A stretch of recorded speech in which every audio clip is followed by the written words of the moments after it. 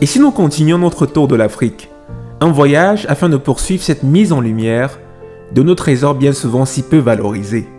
Prochaine halte, le Sénégal. Le 6 février 2022, les Lions de la Teranga remportent la Coupe d'Afrique des Nations. Un premier sacre footballistique qui vient ajouter une corde supplémentaire à l'arc sportif du Sénégal.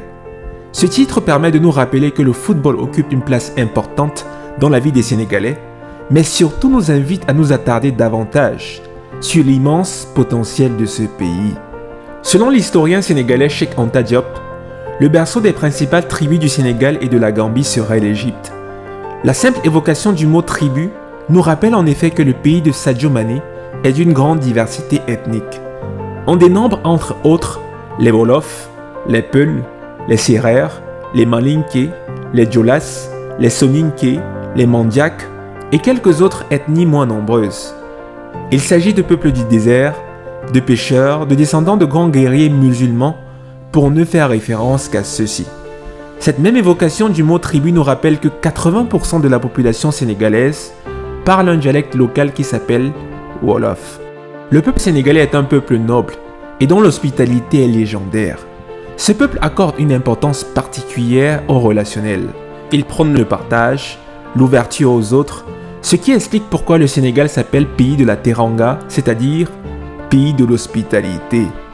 Et oui, les Sénégalais représentent un beau peuple fier et uni.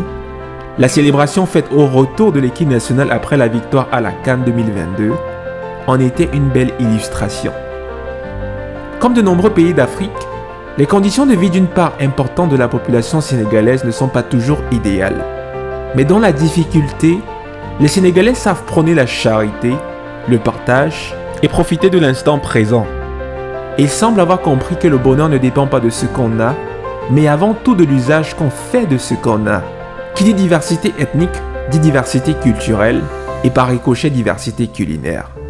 Le Sénégal est ce pays où vous ne manquerez pas de vous régaler les papilles.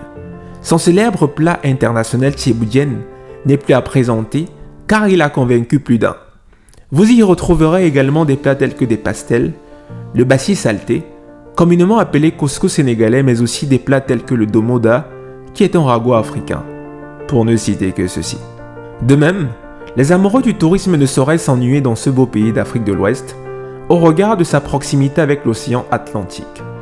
Dans sa capitale actuelle Dakar, poumon économique de tout le pays, vous pourrez apprécier des lieux incontournables tels que le Kermel ou le monument de la Renaissance. Avez-vous entendu parler du lac Rose dans le nord-est du pays, le troisième lac le plus salé du monde? Un lac qui devient rose avec le soleil et le vent, un incontournable au Sénégal. Ce pays vous émerveillera également avec son ancienne capitale Saint-Louis, considérée par beaucoup comme la plus belle ville du Sénégal.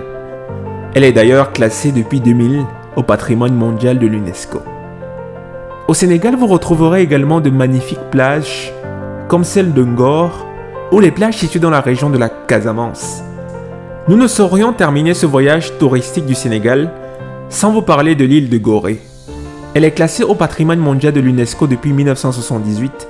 Fait historique intéressant, entre le 15e et le 19e siècle, elle était le plus grand centre de commerce d'esclaves de la côte africaine. Aujourd'hui, au-delà du lieu touristique, elle est un symbole de l'exploitation humaine, mais aussi un sanctuaire pour la réconciliation.